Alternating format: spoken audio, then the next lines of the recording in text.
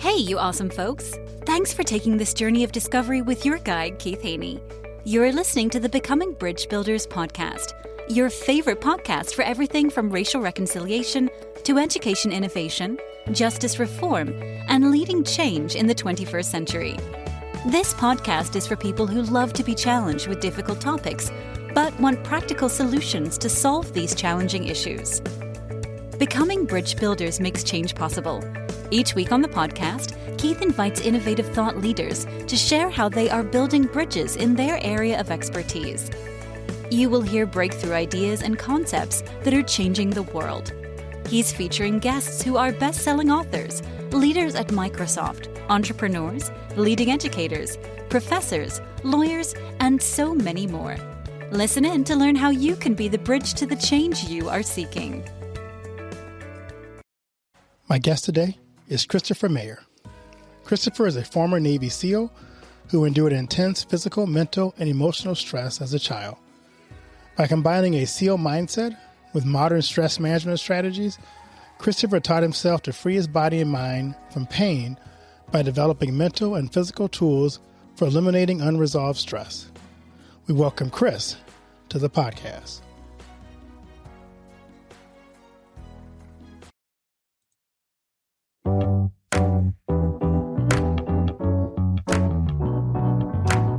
Powered by Riverside. Give me the best advice you ever received. Let's see. Bub Akins was my house parent at Milton Hershey School. And it's a boarding school, privately well endowed, and a very interesting institution, the way that it's set up, because you have 16 boys in a student home or 16 girls in a student home, and you have two house parents. And at the time when Bub and Cleta were my house parents, they were older, so it was them without their children. And one day, Bub decided that my mouth was a little too big. And so he gave me some extra chores. And I said to him, I wish that I was never sent to this school. And he said to me, why don't you go down to the guest house parents' bathroom? I want you to pull down your drawers, sit on the toilet, shit in one hand, okay, and wish in the other, and tell me which one fills up faster. And I thought, oh man, I can't say that anymore. Right. And so I got out of the wish game. I got out of the blame game really, really early. I was in sixth grade when that happened. Right? Wish in one hand, shit in the other, see which one fills up faster. And so I took that to mean like, look, these are your circumstances. You deal with what's in front of you. And I've lived that way since I was in sixth grade. Yeah, I think my grandparents had similar words like that for me when I was complaining. Yeah. So there's hardly any whining, bitching, moaning, or complaining from me, because I got tuned in really, really early. And I was in a student home where there was no cursing allowed. So when he said the word shit, right, I was like, oh, Mr. Aiken said a bad word. Yet I knew he said it because he wanted to punctuate something. And he woke me up. Wow. Interesting how people can pour into our life words that we need to hear in a way that needs to be communicated to us so it can actually change our lives. Yeah. And if there had been anybody in the room, probably I would have dusted it off and felt like he was picking on me, but no one was around. And when Bub, when Mr. Akins talked to you, he was directly always looking in your eyes, and he never looked away. right? And he had these big bulgy eyes. And the intensity always made you contemplate later on, and then be a little bit more self-introspective on what he was sharing with you, what he was guiding you to. So he was good for me. He was my house parent for 4 years. And when Bub spoke to me, he spoke to me with truth. Wow. So Christopher, for the people meeting you for the first time, tell us something about yourself that most people don't know. Most people don't know that I'm a musician. You know, I used to call myself a living room musician, which means that I make music in my living room. I record it with my phone and I send it to a key select number of friends, and that's it. And what most people wouldn't know is that I have an album, right? I've been in the studio. It's up to industry standard. It's a very powerful piece of music, very beautiful piece of art. Wow. And I think the other thing that most people wouldn't know about me is that I'm an introvert. People think I went to boarding schools in the military, so I was highly socialized. And I'm very good at relating and communicating, and I can be charming and funny and all those kinds of things. But most people have no idea that if given the choice between hanging out with others or hang out with myself, I would always choose to hang out alone. Yeah, you don't come across as an introvert. No, I don't come across as an introvert, right? That's the benefit of boarding school for 10 years and living in a student home with 16 other kids. You have to learn how to coexist, right? Exactly. So the way that I found time to hermit is when other kids, we had to be at school by a certain time. So once all the other students, and we walked to school, started walking to school, then I would have the house to myself. And I would have at least 10 to 15 minutes where no one else was around. Those were the most valuable minutes that I had while I was in boarding school. And then what I would do is I would push the envelope and I would stay in the house to the very last second, and then I would run to school instead of walking to school, because I valued having some time alone. But when you live with 15 other boys in your student home, and every minute is accounted for in terms of chores and study and playtime and sports, you rarely have a minute to yourself. And so that benefited me because eventually I decided to run track and field.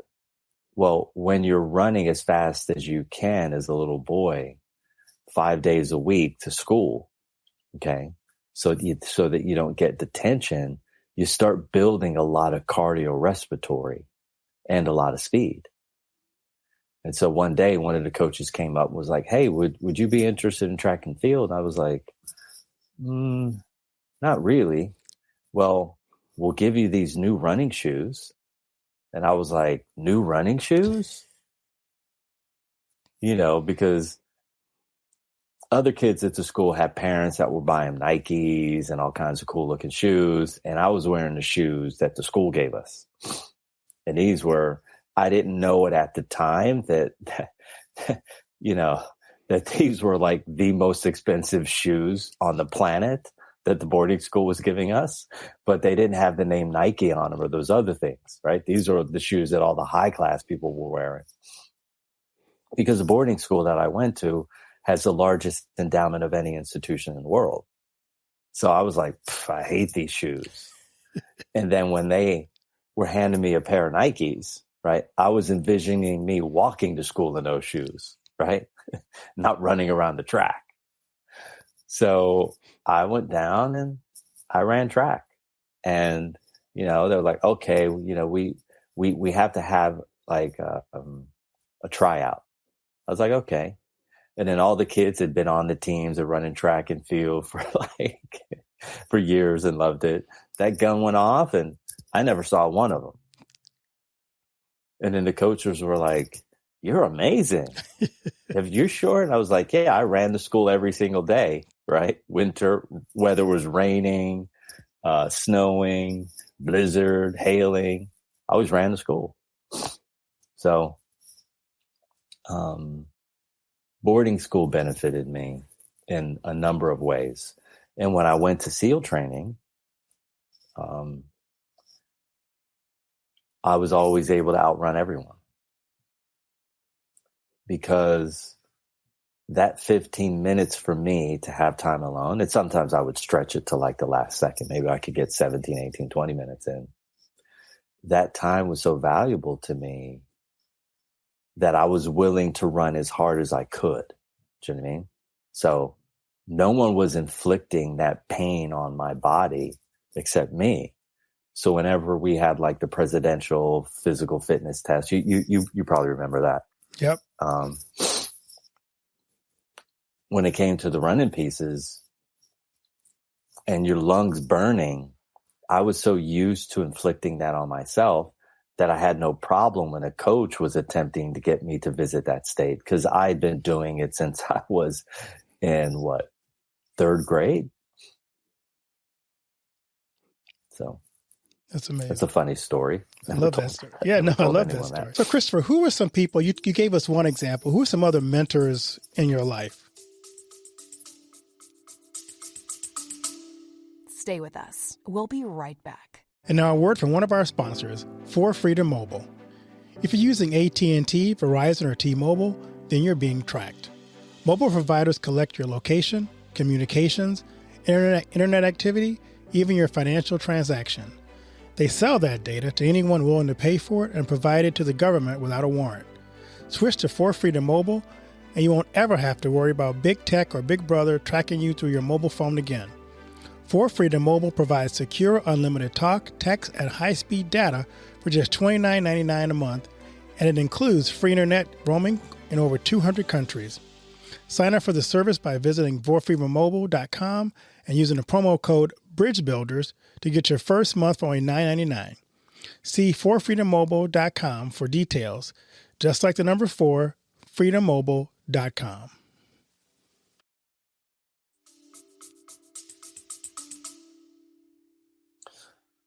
Well, I've had a few.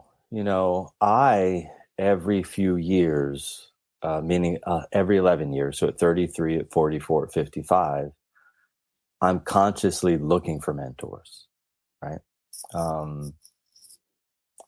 When I was 22, I was in SEAL training at the time.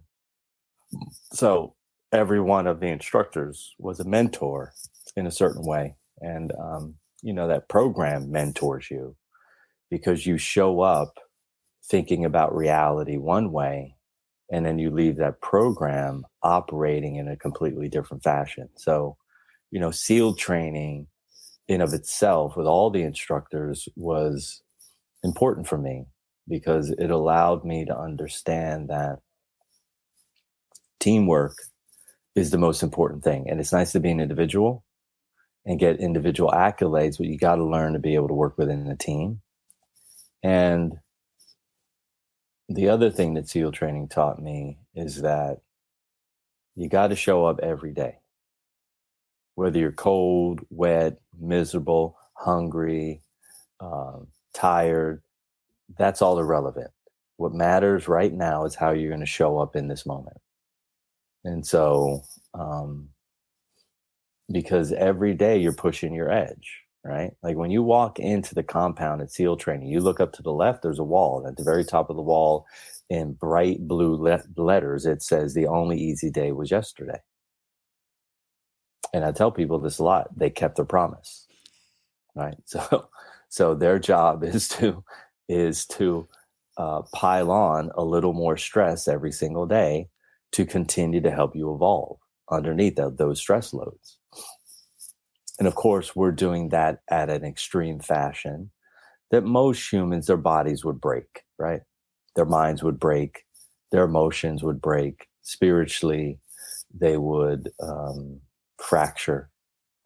And because they need to get a group of guys through that are going to be present and be able to make a really good decision when they're cold, wet, hungry, tired, and miserable.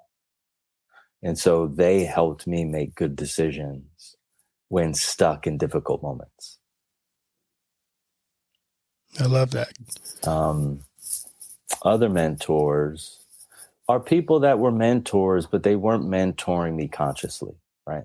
They weren't, I was just evaluating the way that they were living and watching the impact that they were having. And, you know, one of my buddies in college, named Aaron Reed, he had a dad's Chris Reed. And Chris was a father, and I got to be behind closed doors with them a lot because Aaron and I had a really good friendship. And Chris was dutiful, you know, just seeing how he parented his kids and all the things he did with them.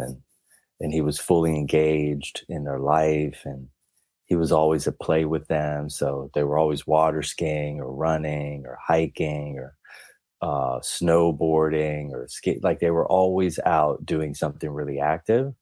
And during the day, he was at work working his tail off, and then coming home and always finding time to spend with his family. And I admired that in him. And so a lot of times my mentors have been people that I've simply observed the way that they lived and valued and appreciated, you know, what they were offering me. And then I've had mentors who taught me generosity, you know, that no matter who shows up at their doorstep, they're always willing to lend a hand. And so I've always taken something valuable from all of these relationships. Those are critical. Those people who come alongside you can really, especially at the right time, you need them, and you can learn and help you become a more well-rounded person. So those are powerful stories. Yeah. I mean, I was fortunate. My mom died when I was young because she took her own life. She committed suicide at 29. So a lot of my friends, their moms became my de facto mother. Right. And I think through their nurturing and their openness, they taught me to be a nurturer, to be someone who has the ability to provide love and care for someone who's outside your family, and to be able to do that on a consistent level whenever you're in that person's presence. Yeah, that's good.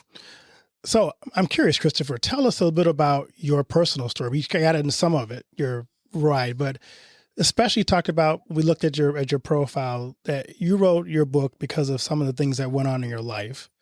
But kind of give us kind of a little background as to what got you to where you wrote the book. I mean, the real reason that I wrote the book is because I knew that there's people suffering, right? And they're suffering needlessly. And the challenge is, well, thanks to people like you, there's more interesting information getting into other people's ears. But before this, right, 2018, when I decided to start writing my book, well, guess what? There weren't a lot of people out there. No, 2017, when I started writing my book. No, am I getting this right? No, I got that wrong. In 2016, when I started writing my book, there were less avenues available for people to get good, quality, interesting, unique information. And I thought to myself, hey, I've got this pathway. I understand something that I know that no one in the world understands it the way that I do. And it produces a really powerful result for people who are overstressed. And in a certain way, I felt obligated. And obligated plus inspired, right? It's like if God, I'm a God guy. So listeners, if you have a challenge with that, that's your challenge. Well, we're both God guys, so you have to deal with my podcast too. So. Okay. And I listen to the word, and the word for me has always come in sometimes as gentle and sometimes as intense, and I knew that I had been given a gift to get free of the pain and the discomfort that I was in from the intense childhood that I had. And so I came up with this concept, reach one and teach one. Meaning, like, if someone reaches you with something powerful and amazing and impactful, you have an obligation to then pass that forward, right? And so that was part of the motivation, right? When I walk through airports and I have to go into a public arena, I have to look at all these postures, right? Heads that are too far forward, one shoulder's too high, the other shoulder's too low, other people are too bow-legged, other people, their pelvis is tucked underneath them. I can tell, even when they're standing there, that they're in pain. I have to see that every day that I'm out in the public arena, whether I'm at a grocery store, whether I'm buying a new pair of running shoes, whether I'm out buying some fancy jeans, like wherever I'm at in public, I have to see these things. And so after you see that again and again and again, there is a certain sense of responsibility. And I feel responsible to be able to bring information forward by getting on podcasts like yours and writing a book, because some people, they're into reading, like reading is their thing, right? They're not into listening to podcasts. So I thought I have to come up with a plan. So I thought I'll write the book, I'll get that out to people, and then I'll obligate myself and commit myself to 3 years of podcasting, 1 or 2 podcasts a week, to continue to get this message forward. And so the pain and the discomfort that I was able to overcome in my physical body, my emotional body, is what motivated me. And what continues to motivate me is every time I travel, I have to see these people who are suffering needlessly. Because to be honest with you, 99.9% of all people that have pain, that could be resolved really quickly. Really, really quickly. Like, it's so quick, it would blow your mind. Right. All right.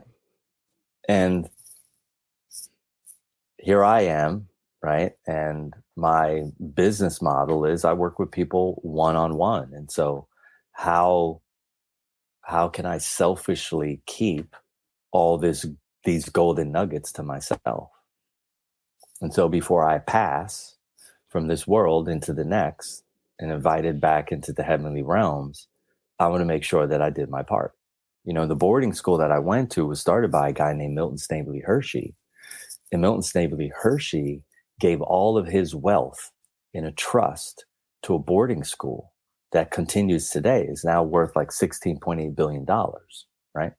Has the largest endowment of any institution, including Harvard, Yale, Princeton, Penn, Brown, Oxford. It's got the largest endowment of any institution. So when I've got that as my mentor, right, my first 10 intense years of my younger life, how do I build a life where I'm keeping things to myself when I was at the benefit of someone who gave everything so that other kids could benefit? Well, I'm living my highest self when I'm taking a risk and coming onto a podcast with someone I don't know and sharing information that could be valuable to their listeners. And I have no idea how many people will listen. Maybe 10 people will listen. Maybe 10,000 people will listen. And so I'm willing to take the risk because one of my highest values is generosity. And my highest value is freedom. And so in order to honor my highest value, writing books, getting on podcasts, and giving information, regardless of what anyone else thinks about me, reinforces my highest values. And as a man, if I'm reinforcing my highest values every day, guess what? My life is good. Yep. Okay. That's right. I'm always going to have energy. I'm always going to have access to resources. I'm always going to be able to impact people. And this is true for everyone. And I always think to myself, like, look, as a young man, you got to figure out what your values are. And I had a value conversation with someone recently, and I said, look, you got to figure out what your values are, and then you got to honor your values every day. And if you do that, everything in life works out. It's very simple. So I'm glad we had you on because you talk about stress and you can see people walking around and the stress is obvious in the way their body is situated or the way they move forward. You see it also just so much every day in the news that our society, especially since COVID, our stress levels have just gone through the roof. So if you have a message for people out there, tell us your process for helping people deal with their unresolved stress issues. Okay, so this will be fun. So a lot of people may not like this, and I'm here to be honest. Okay, so other people have the ability to live in fantasy. I, unfortunately, because of all the work that I've done to be free and to unplug myself from the stress matrix, I have to be in the world, yet I'm no longer of the world. So I get to see clearly what's actually going on. And so it's May, 8th? Yep. And since January 1st, 2023, we've had 203 mass shootings. Okay. Now, let's see. So we had the pandemic. At the beginning of the pandemic, someone should do the research and see how many mass shootings did we have in 2019. Not sure. Get that number. Yeah. Okay. Get that number. Okay. Do a percentage. And guess what you're going to find? Since people have been locked in and people have been forced into vaccination, guess what we have? We have increased the number of our mass shootings by 100% in a year and a half's time. So what does that tell you about that outcome? When you lock people indoors and they're unable to socialize in a normal fashion, guess what happens? They get stressed, they get tense, they get toxic. And eventually, when you put people in extreme situations, they are going to respond with extreme outcomes, right? They're going to be able to access extreme action. And this is the result of that. And this only May, right? So that means by the end of December 2023, we should have at least 400. We should have at least 400 mass shootings. If we have at least 400 mass shootings, by the end, what does that tell us? That tells us that before the pandemic, we had so many mass shootings a year. And then by a year and a half later, after the pandemic, which I saw the news feed, I think 5 days ago, they claim that COVID is no longer seen as a problem. We'll be able to know that the way that we handled it was inappropriate and caused more life loss, right? In a dramatic fashion, because it's one thing for someone to pass in your life through a disease. It's another thing to lose your mom and your sister because they went to the wrong grocery store. And a stranger. See, when we have people kill people that they know, I get it, right? You came home, you walk in the door, your wife is having sex with your coworker, you're pissed, you go downstairs, you grab a shotgun, you're having a break from reality, you've got all this anger, you go up and you shoot him. Or you pull him off to bed and you beat him to death. Like, so, you know, I'm not saying it's right or wrong. Right. What I'm saying is I can understand that there's an emotional investment. Yet when you look at the world now, what you have to understand is we have strangers going and shooting people that they don't know and have no emotional investment with. This is new. People getting up and killing people that they don't know and feeling warranted, like they have a right to do so, that they're justified. And they're rationalizing their behavior. Well, the only way you can rationalize that kind of behavior is if you've been stuck in an inappropriate stress state for far too long. And if you look at the way that the pandemic was sold, what you find is that it was sold with the concept of fear, right? Right. And when you sell things with fear and you lock people in and you continue to project fear, then what's going to happen is that's going to create an imprint in their nervous system. And now you've got this forced isolation, which feels like suppression. And then you have all this fear being projected at you through the radio, through the TV, through the magazines, through all the available news feeds. And then you have conflicting, confusing information, right? You're having to go against your own logic to participate in a system that doesn't make any sense to you. You're going to get agitated. And then every day, it's going to create a little bit more stress. And then the next day, Monday and Tuesday is going to end up in the Wednesday. And then Monday, Tuesday, and Wednesday is going to end up in the Thursday. And Monday, Tuesday, Wednesday, Thursday is going to end up in the Friday. We'll do that for 18 months straight. And look what happens, right?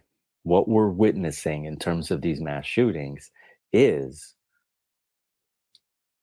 a definite reflection of how we handled and were forced into isolation and to deal and process fear without having any healthy outlets.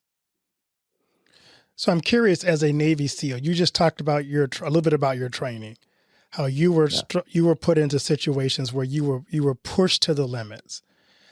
Yeah. Knowing that in that experience, you had training to deal with those situations. The rest of us who were not trained that way, like you just pointed out, did not have that. So what do people do who are thrust into those kind of situations that you were thrust into for training to now try to process that stress that they're dealing with? I mean, the thing for me is this, and I know I keep pointing to the pandemic because it's valuable because it's fresh on people's minds.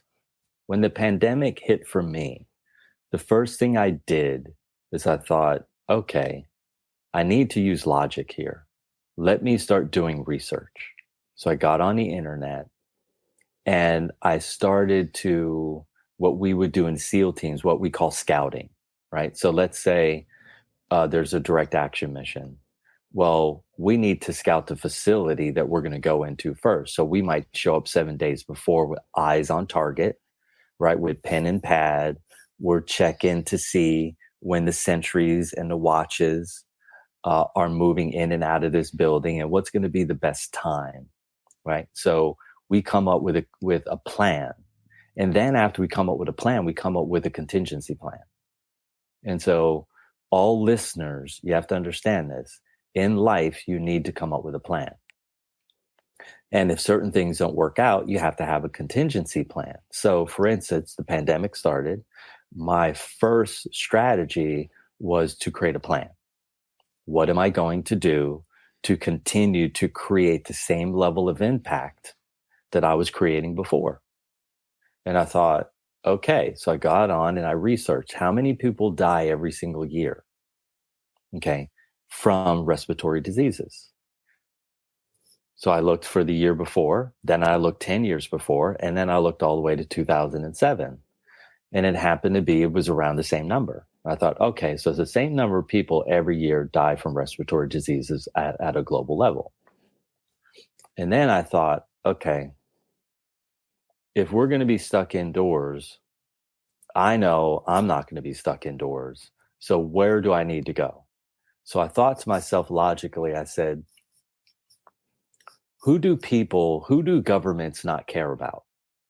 And I thought, oh, governments don't care about poor people. And so I got on the internet and I searched out what are the 5 poorest countries in Europe, right? And I came across Albania, Slovenia, Romania, and to Croatia and 2 other countries. And I was like, okay, let me get on the internet and look at their COVID policies. So I got on the internet and I looked at their COVID policies, and guess what I found out? They didn't have any COVID policies. So I called up and I said, hey, would I be able to come to your country now? And they were like, sure, there's no problem. We don't have any policy. So I spent all of COVID moving between very poor countries that had no policies, basically. And I had all of the people that I worked with meet me at these countries. So I continued to have the same amount of impact, right? Yet because I was in SEAL training and the SEAL teams, I was very confident that I could come up with a strategy to continue to forward my highest values, which I said were freedom, right? Commitment and generosity. And so then I was able to create a situation where I was doing that. So while people were locked indoors, I was hiking beautiful mountains in Romania. I was eating in wonderful restaurants, and I was still living the same life that I lived before COVID, except I was doing it in different countries. Wow. So I never bent the knee. And the fun part of it is now I was on flights where there were like 6 people, which for an introvert is like the best situation, right? And you were able to purchase like first class tickets for pennies on the dollar.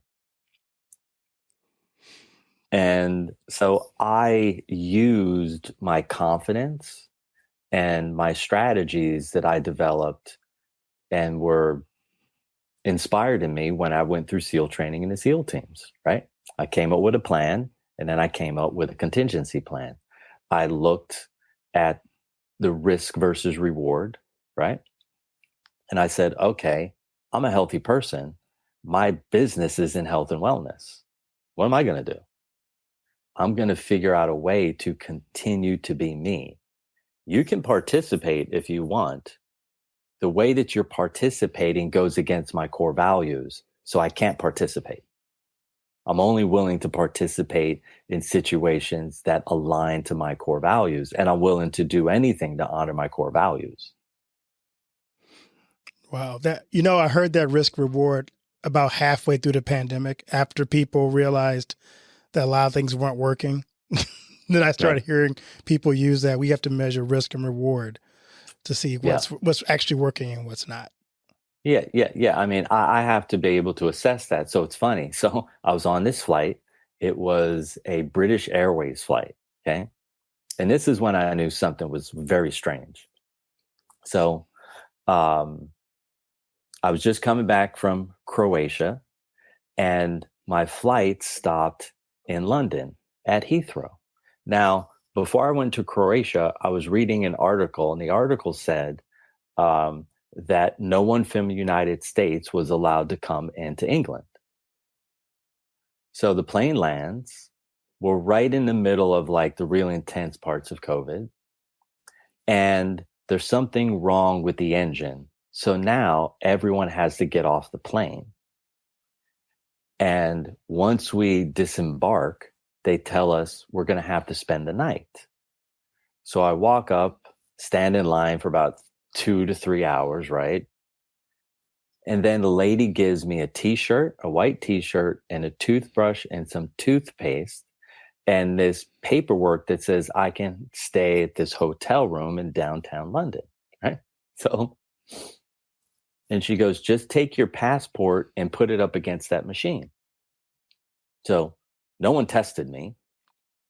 So basically in the middle of COVID, because they made a mistake, they decided that I should just be able to walk in their country and nobody test me for anything. They never asked me, did I have any symptoms? They were just like, yeah, you can go. They never asked me where I was going. No one stamped my passport, right? I could have went into England and stayed there for like 10 months. Nobody would have even known I was there. And I thought, okay, if I buy a ticket to go to London from New York City, you're telling me I can't come into your country. Yet if the plane isn't able to take off my connection flight, you're going to let me go into the country without testing me out at all. And I thought, this is a sham. Because look, if you're going to have policies, for me, just be consistent. Like the thing about the military, which I love and despise, is that they have rules, right? But the rules apply to everyone. Right. So if you're going to make up rules and regulations, one, they need to be based in logic and they have to make sense for everyone. And when I started to see these kinds of strategies going on, but the funny part of this story is this. So I eat my food. They serve us lunch from Croatia to London. I eat my food, and then I go to the back. And I go to the back of the plane, and I guess they assume everyone's sitting in their seats. And I open the curtain, and none of the flight attendants have their mask on. They're just sitting back there socializing. So I open the curtain, right? And they see me, and then suddenly they're all looking at their mask, and then they're looking at me, and they're looking back at their mask like, oh my God, we just got busted. What do we do? I was like, it's fine. I don't care if you wear a mask. And when I'm up front eating, you shouldn't care if I wear a mask either. So the rest of the flight, I just sat there with my mask off. You're so radical. Yeah, I mean, radical in the sense, I mean, if the flight attendants aren't wearing their mask at the back of the plane, why should I be wearing my mask at the front of the plane? This doesn't make any sense. Yeah, and I was seeing these inconsistencies happening. And I thought, okay, I'm definitely not participating anymore. If you want to participate in a system that lacks logic, you can do that. And the other thing that got me the most, which was really funny, is that I'm someone that's always paying attention to data. And so there's three types of people that I know the US gives very little about, right? And here's the three populations: old people, okay, obese people, and sick people. Okay? They could care less, right? Oh, you don't have insurance? Hey, we can't help you. Right. Okay? Because all the systems that we have, they're profit first, they're impact last, right? So I live in a country that's money first, impact second. Okay? So when they started saying, look, you got to stay inside because we need to save the fat, the sick, and old. Let me change my language. Oh. We have to save the old, the sick, and the obese. I thought to myself, hold on, I'm in my mid-50s. Okay, you've shown me for 50 years you could care less about old. Well, I should add one other: poor, right, sick, and obese people. And it just happens to be a majority of people that are obese and sick and old also happen to be poor. So I've seen that you don't care about these people. Now you're telling me you do. And you want me to ignore 50 years of data. Yeah, I can't participate. Yeah. Like, come on. Right? You don't care about old people. You don't care about obese people. Look, when I turn on a commercial, do I see any commercials that are to the benefit of old people? Ever. Obese people, okay, sick people, and poor people. I never see any commercials on TV, ever, about those four populations, how we're going to benefit them.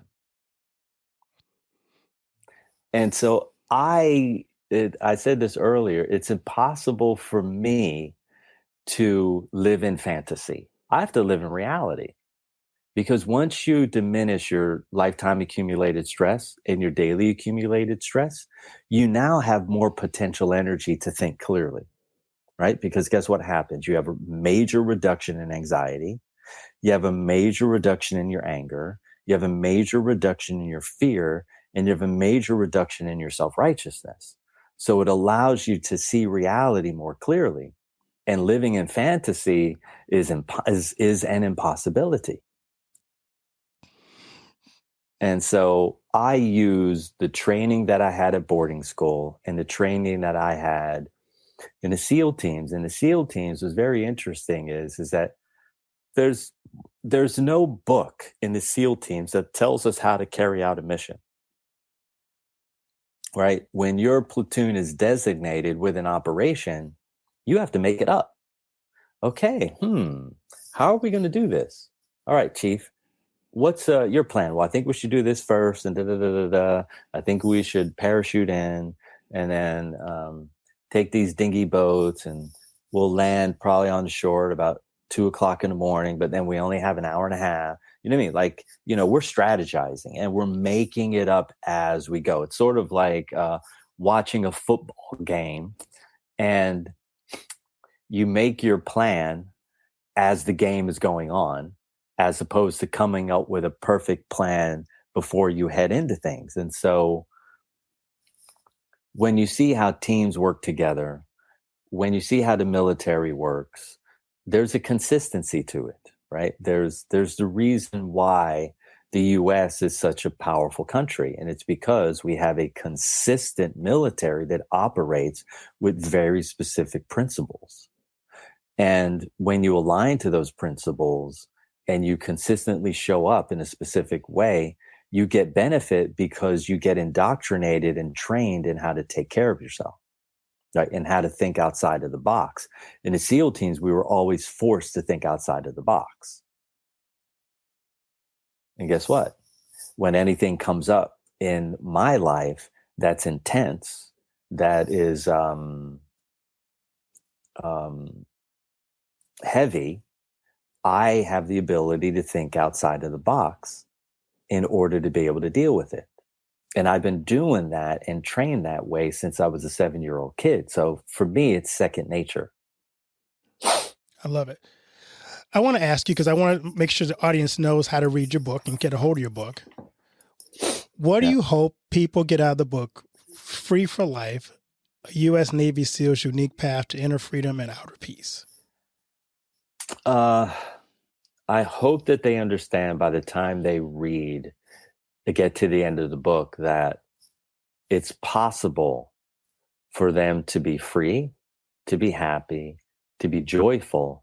And it only takes a little investment of time, energy, and effort and resources to be able to get there.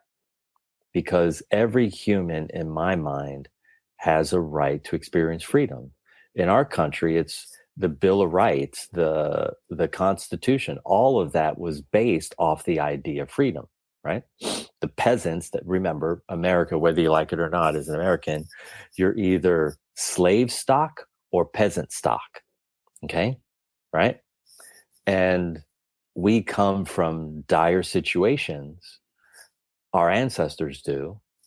And the reason why they were willing to get on boats and travel halfway across the world was for this idea of freedom.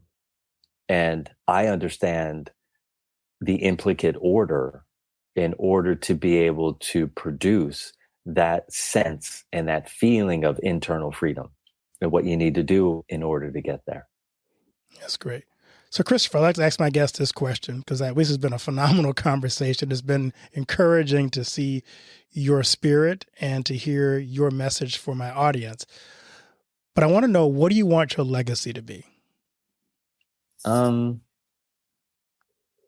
What's the legacy that I'm building? I want my legacy to be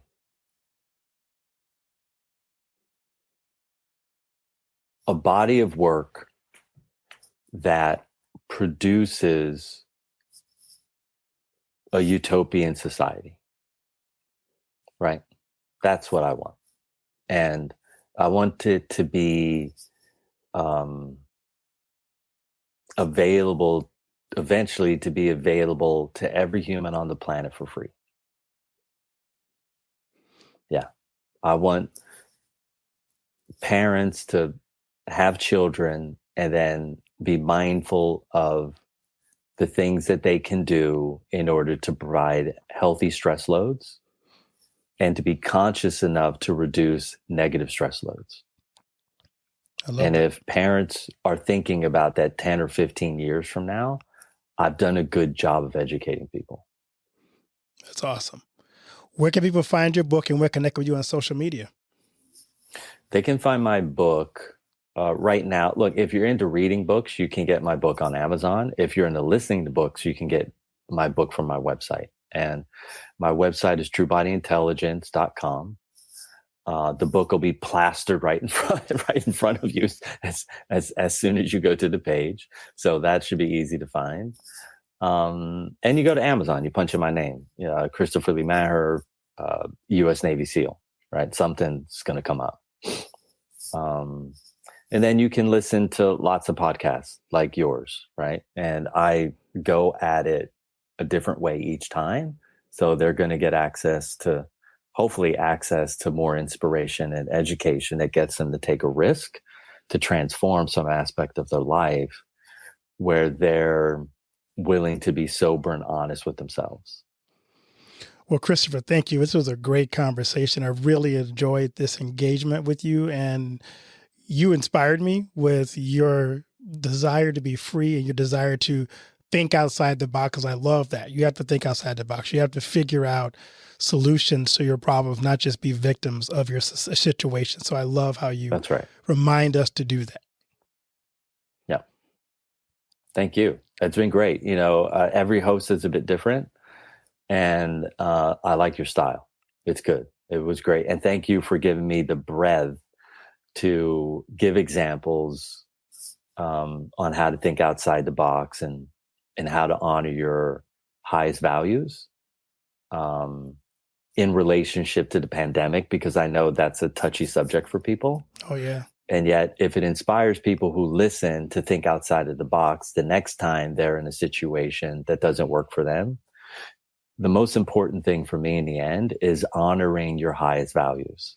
And you never let anyone or anything keep you from honoring your highest values. Because when you do that, you're no longer living, you're dying. And I love how you spoke truth. I think it's important that we speak truth, that we back that truth up with facts.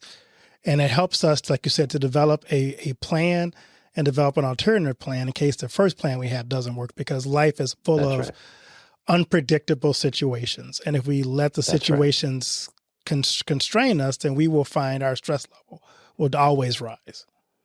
That's right. Right. If you let a situation dictate to you how you're going to be, then you're over adjusting and you lose too much of yourself in the process. And I'm unwilling to lose myself. This is who I am. This is what I'm about. This is what makes sense to me. And these are the actions that I'm going to take regardless of what anyone else thinks around me, because I've already achieved a high state of freedom. And in freedom, I realize that I have the choice to participate or to not participate. When you're the opposite, when you're imprisoned, you have no choice. You don't realize that you don't have to participate. So then you participate, but you participate begrudgingly. And then you complain and you whine and you bitch and you moan. Forget all that. Just figure out your core values and stick to those, no matter what's in front of you. Like somebody once said, fear walks you into a prison voluntarily. That was good. That was good. That was real good. So you don't want to walk into a prison voluntarily because you're afraid. No. Well, Christopher, thanks again for this. It was a great conversation. And I'd love to have you come back on and talk some more, because I really enjoyed this conversation. Oh, dude, we have a lot to cover, right? And we can get I know we went in a different direction, yet we can get really into the minutia around stress and give people strategies for what they can do in the future and how to identify the stress load in the middle of when it's happening so they can break the pattern. Yeah, because I think just yesterday there was a mass shooting in Texas. Yeah, of course. So there are more. We have to find out how to lower the temperature for people, the stress level, so they can begin to operate better in society again. So let's definitely have another conversation. 1,000%. All right. I appreciate you. Blessings, my brother. Blessings. Thank you so much, Keith.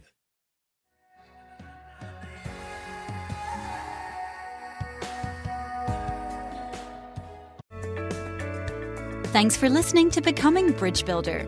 If you enjoyed this episode and want to help support the podcast, please subscribe and share it with others. Post about it on social media or leave a rating and review.